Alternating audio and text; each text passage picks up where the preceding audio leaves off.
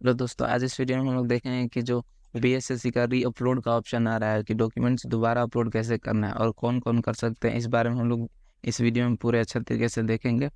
तो देखिए, अभी हम लोग बीएसएससी की वेबसाइट पे हैं और यहाँ पे आया हुआ था edit and upload the documents for मतलब मार्च के 18 तारीख तक अब इसका डेट बढ़ के हो गया है। और फिर ये चीज़ देखिए, इसके साइट का यहाँ पे डायरेक्ट लिंक है, यहाँ पे क्लिक है फॉर लॉगिन कीजिएगा तो आपको लॉगिन करने के यहाँ पे ऑप्शन आ जाएगा, देखिए। ठीक है, और फिर इसके अगर हम लोग नोटिस को देखते हैं तो यहाँ पे क्लिक करके देख सकते हैं इसके नोटिस को, और यही इसका नोटिस था। और तो चलिए हम लोग लॉगिन करते हैं यहाँ पे, और कैसे अपलोड करना है, री अपलोड करना है, कैसे डॉक्यूमेंट्स को वो देखते हैं। और इसमें दोस्तों जो जो पहले लोग कुछ अपलोड नहीं किए थे या कुछ भी सुधार नहीं किए थे, वो लोग पूरी तरह से मतलब इसमें सुधार कर सकते हैं और डॉक्यूमेंट अपलोड कर सकते हैं। लेकिन जो लोग सुधार कर लिए थे या फिर डॉक्यूमेंट अपलोड मतलब लॉगिन किए हुए थे, ठीक है, 18/2 तक मतलब 18 फरवरी तक लॉगिन किए हुए थे, तो वो लोग मतलब सुधार नहीं कर सकते कुछ। बस उनको डॉक्यूमेंट अगर अपलोड करना है, कुछ गलत डॉक्यूमेंट अपलोड हो गया हो या फिर बहुत सारे लोग का सर्टिफिकेट वगैरह छूट गया था, मतलब 10th या फिर 12th का, उसके जगह पे मार्कशीट किए हुए थे, तो अगर अब तक आपने ले लिया हो तो वो आप अपलोड कर सकते हैं। ठीक है, तो उसके लिए हम लोग लॉगिन करते हैं। पहले यहाँ पे देखते हैं कैसे क्या करना है। तो यहाँ पे रजिस्ट्रेशन नंबर डाल देना है, और फिर यहाँ पे पासवर्ड जो आपने बनाया था वो, और फिर ये कैप्चा फिल करके ये जो दिया हुआ है इसको यहाँ पे फिल करके और फिर लॉगिन पे क्लिक कर देना है। अगर कोई अपना रजिस्ट्रेशन नंबर भूल गया हो तो यहाँ पे देखिए फॉरगॉट योर रजिस्ट्रेशन नंबर यहाँ पे दिया हुआ है, इस पर क्लिक करिएगा। तो रजिस्ट्रेशन नंबर आपको मतलब फिर से मिलने में ये लोग मदद करेंगे, जैसे फ़ोन नंबर पे आपको ओटीपी वगैरह जाएगा। और फिर किसी का अगर पासवर्ड भूल गया हो तो फॉरगॉट योर पासवर्ड पे क्लिक कीजिएगा, तो यहाँ से आप दोबारा नया पासवर्ड बना सकते हैं। ठीक है, और फिर यहाँ पे हम लोग सिंपली करते हैं, जैसे यहाँ रजिस्ट्रेशन नंबर डाल के पासवर्ड डाल के फिर कैप्चा फिल करके लॉगिन पे हम लोग क्लिक करते हैं। अब जैसे यहाँ पे देखिए, हमने जब लॉगिन किया तो यहाँ पे दिखा रहा है कि हमारा रजिस्ट्रेशन नंबर पहले तो लिखा हुआ है, फिर फॉर्म आईडी लिखा हुआ है और फिर पासवर्ड लिखा हुआ है। ठीक है, और इसके नीचे लिखा हुआ है कि if your PDF certificates are not uploaded properly, only one time re upload PDF certificates option is available. तो इसमें लिखा हुआ है कि भाई अगर आपका पीडीएफ जो अब सर्टिफिकेट प्रमाण पत्र है, अगर आपका अपलोड नहीं किया हुआ है सही से, जैसे कि मैंने बताया कि मतलब सर्टिफिकेट वगैरह छूट गया हो या फिर कोई दिक्कत हो गया उसमें, तो आपको अगर ऐसा लग रहा है कि सही नहीं था तो आप उसको एक बार अपलोड कर सकते हैं। One time re upload PDF certificates option is available यहाँ पे बोल रहा है, ऐसा नहीं कि बार बार फिर कर सकते हैं।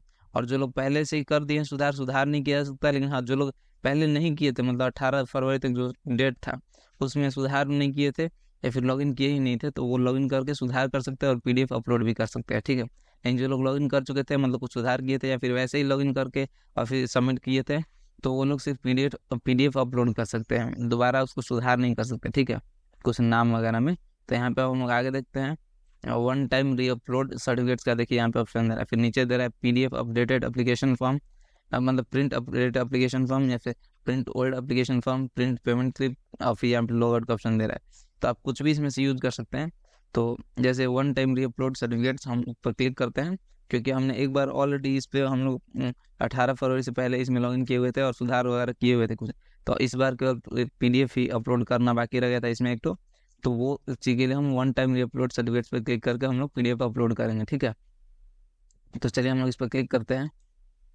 फिर यहाँ पूछेगा are you sure to use one time re upload PDF certificates option, तो ओके कर देना है, क्योंकि भाई आपको यही सिर्फ अपलोड ही करना है।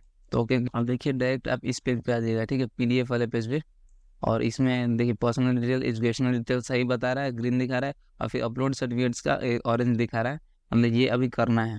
और इसमें 10 2 2 4 2 6 2 8 10 तो सर्टिफिकेट आप लोड करना होगा दोबारा, जो आपने उस समय किया हुआ था। और जो आपको चेंजेस इस बार करने हैं वो दूसरा अपलोड आप कर दीजिए, जो मतलब आपको नया सर्टिफिकेट अपलोड करना होगा। ठीक है, जैसे किसी का सर्टिफिकेट 10th क्लास का उस समय नहीं था तो उसके मार्क्सिट ही अपलोड कर दिया गया था उसके, तो अगर अभी आपको मिल गया है सर्टिफिकेट तो आप अपलोड कर दीजिए। ठीक है, और 18 मार्च तक टाइम है, आराम से कभी भी कर सकते हैं, लेकिन हाँ पहले ही कर लीजिए, लास्ट में फिर रश हो जाता है या छूट जाता है, तो फिर से जैसे डेट एक्सटेंड करना पड़ा है तो आगे ना करना पड़े सरकार को, मतलब जो भी एग्जाम वाला बॉडी है उसको। और यहाँ पे हर एक पेज चूज कर करके और फिर अपलोड करके सबमिट कर देना है। सब देख लेते हैं, पहले देखिए 10th का मार्कशीट पहले अपलोड करना है, जो कि 50 KB से 1 MB का होना चाहिए। फिर 10th का सर्टिफिकेट, पासिंग सर्टिफिकेट, वो भी 50 KB से 1 MB, सब 50 KB से 1 MB के बीच में होना चाहिए सारा चीज़। ठीक है, जितना भी आप डॉक्यूमेंट अपलोड कीजिए, और पीडीएफ में होना चाहिए 10th का मार्कशीट, पीडीएफ में होना चाहिए सर्टिफिकेट 10th का, पीडीएफ में होना चाहिए 12th का मार्कशीट, और फिर 12th का सर्टिफिकेट होना चाहिए पीडीएफ में ही, फिर वैलिड फोटो आईडी प्रूफ, आधार कार्ड या पैन कार्ड वगैरह पीडीएफ में ही होना चाहिए भी। फिर बिहार डोमिसाइल सर्टिफिकेट, निवास प्रमाण पत्र, ठीक है, ये भी पीडीएफ में ही होना चाहिए। और upload non criminal certificate, NCL certificate, जो कि बिहार के सरकार का ही होना चाहिए, बिहार सरकार के लिए होना चाहिए, ठीक है, ऐसा नहीं कि नेशनल वाला आप डाल दीजिए। मतलब तो यहाँ पे पीडीएफ साइज ये भी डालना है।